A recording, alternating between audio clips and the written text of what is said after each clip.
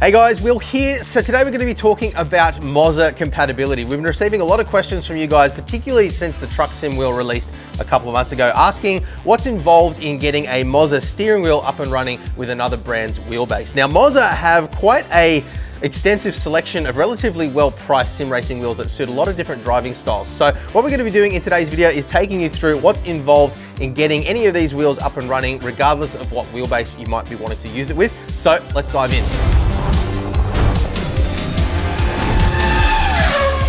So before we get started today, I just want to quickly mention our website, boostedmedia.net, which we've been doing a lot of work on recently with a bunch of updates. So not only will you, of course, find a bunch of discount codes for popular sim racing products, but we've also been putting a lot of effort recently into producing written articles for a lot of the review videos that we've been producing here on the channel as well. So if you're the type of person that struggles with video-based content, or you just prefer to have a quick written summary, head over to boostedmedia.net or simracing.reviews and you'll find all the information there. But with all that said, let's get stuck into this Moza compatibility stuff. So a couple of important things with regards to general compatibility within the Moza ecosystem before we get into wheels on other bases specifically. First of all, let's cover off console compatibility.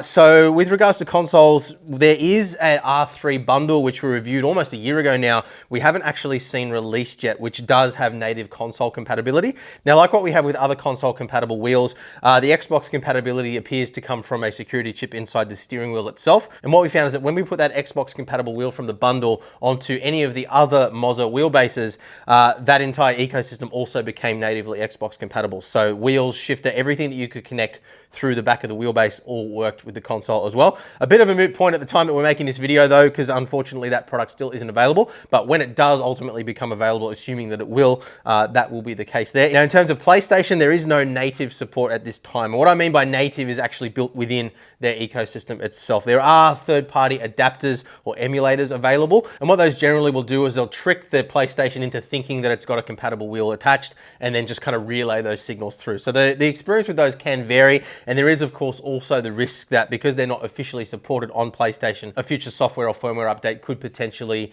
block that compatibility. So that is a very important consideration. If you're spending a lot of money on a sim racing ecosystem, my recommendation would be that you go with something that has that native compatibility if it's something that's going to be important to you, rather than taking a chance on something that may or may not work into the future. So that covers off console compatibility. The other thing I want you to be aware of is that there are some V1 and V2 products available within the Moza ecosystem as well. So all the products that they're selling off their website currently are all the latest generation, but if you're buying second-hand gear, it is important to be aware that some of their older wheels and some of their older wheelbases won't necessarily be cross-compatible with new stuff. They do have a compatibility chart on their website. We won't flash that up on the screen for you simply because I don't want it to become outdated and be giving you guys incorrect information, but we'll drop a link down in the description below to where you'll find the most up-to-date chart.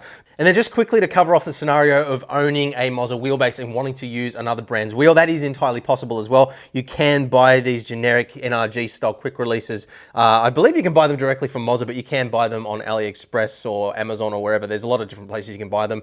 Look, they are a very good quick release. We've covered that in a lot of detail in many other videos, so we don't need to go into all the detail on that again.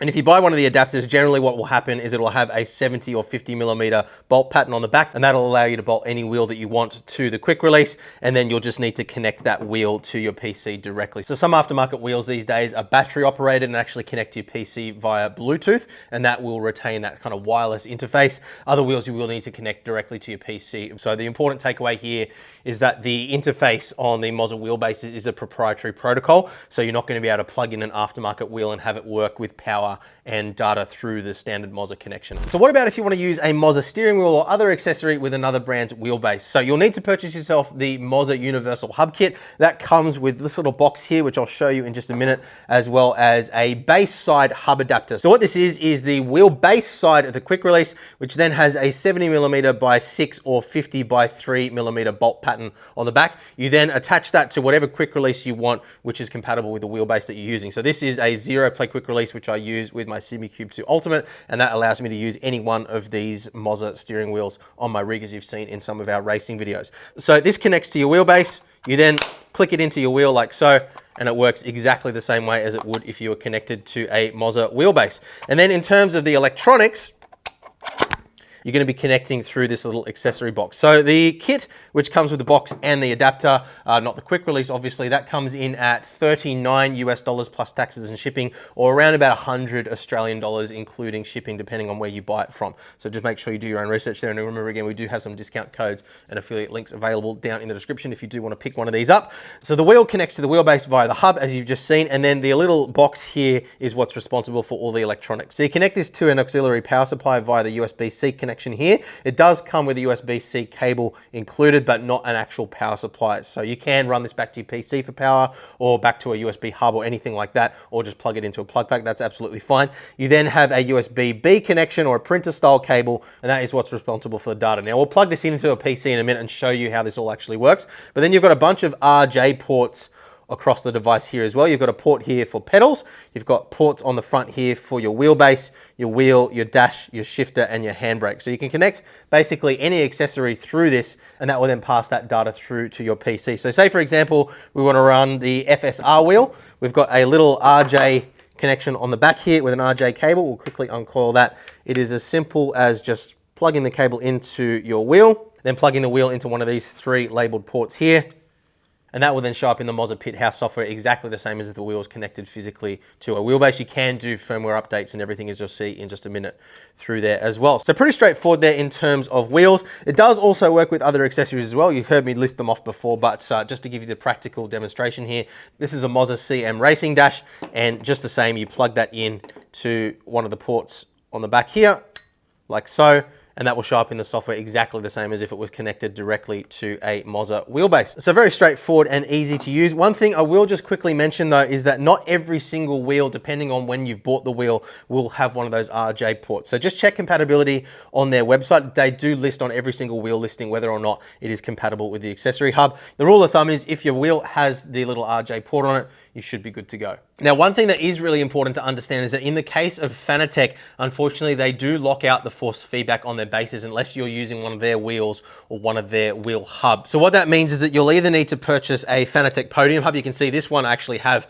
Fanatec shifters on already, but you don't need to use their shifters. You can just use the shifters on your Moza wheel. But basically what you would need to do in that scenario is take the hub adapter that comes with the Moza kit, attach that to the face of your Fanatec hub, and then that would get you up and running. Now, these are of course quite expensive, particularly when you factor in the new QR2 adapter as well. So there are a couple of cheaper alternatives available. One such is the SRM emulator. Now, I did a separate video taking you through all the details on these just a little while ago here on the channel, so I'll link that down in the description below for you guys. This particular example is the adapter for a DD1 or DD2 wheelbase. They do have them available for CSL-DD, GT-DD Pro, CS-DD, and DD+. But this is simply just replacing the standard motor shaft on the front of your wheelbase, and it has a little emulator built into it. So when this is connected through to your wheelbase, it actually thinks that there's a steering wheel connected. And then if you're using one of these, it becomes as simple as just connecting that hub adapter directly to the 70mm bolt pattern on the SRM adapter, and that will have you up and running nice and simple. So there is a little bit of additional expense whatever way you go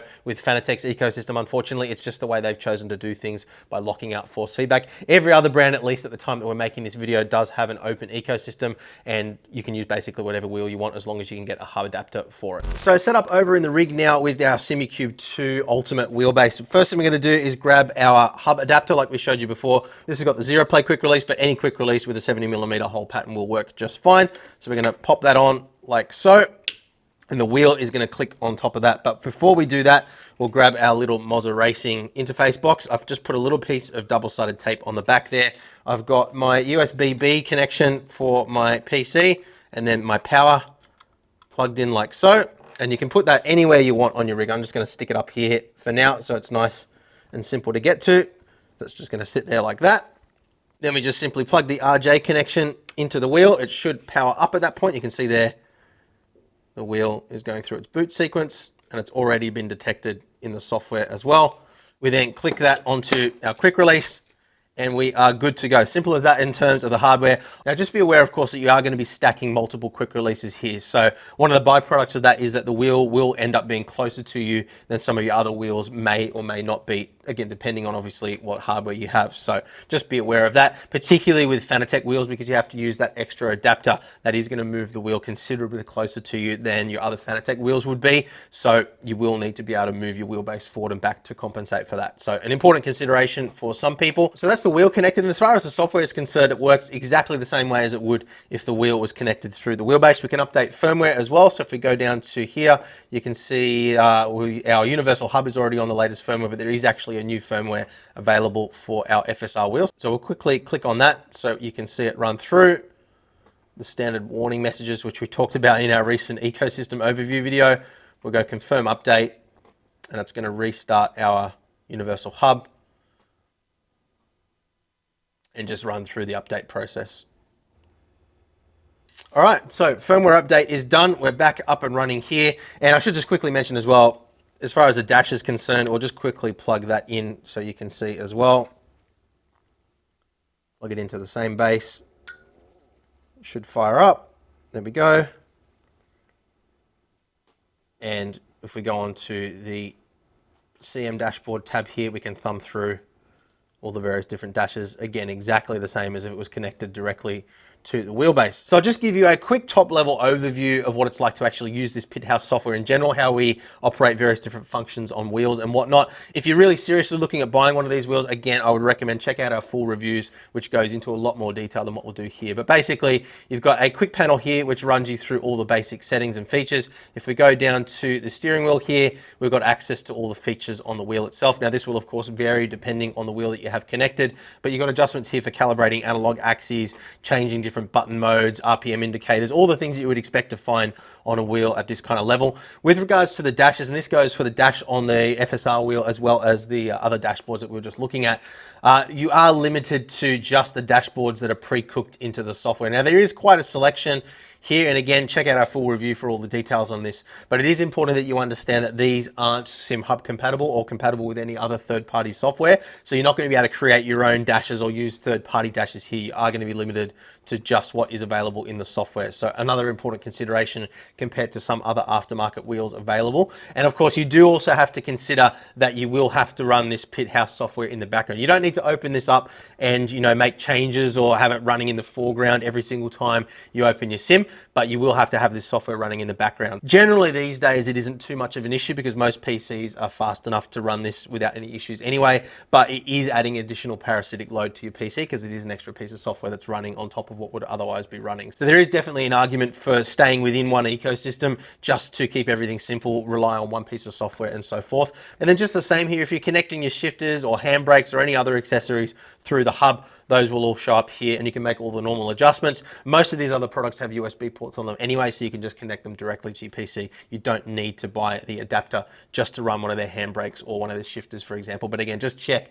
that the product that you're buying does in fact have a USB connection so you can connect it directly to your PC without the need for the hub. And I think that pretty much covers the software side of things. So there you have it, guys. That is how you can integrate Moza Racing's gear into your existing sim racing setup. Hopefully the video has helped you out. If it has, please do leave a thumbs up. Make sure you subscribe to the channel as well if you aren't already. That is an awesome way of helping YouTube to understand that it's valuable content and showing it to other sim racers like you. So we really appreciate that. Of course, if you do want to pick up any sim racing gear, check out those links down in the description below. That's an awesome way to pick yourselves up a discount and help us out in the process too. So thanks for watching, guys, and we will see you again soon. Bye.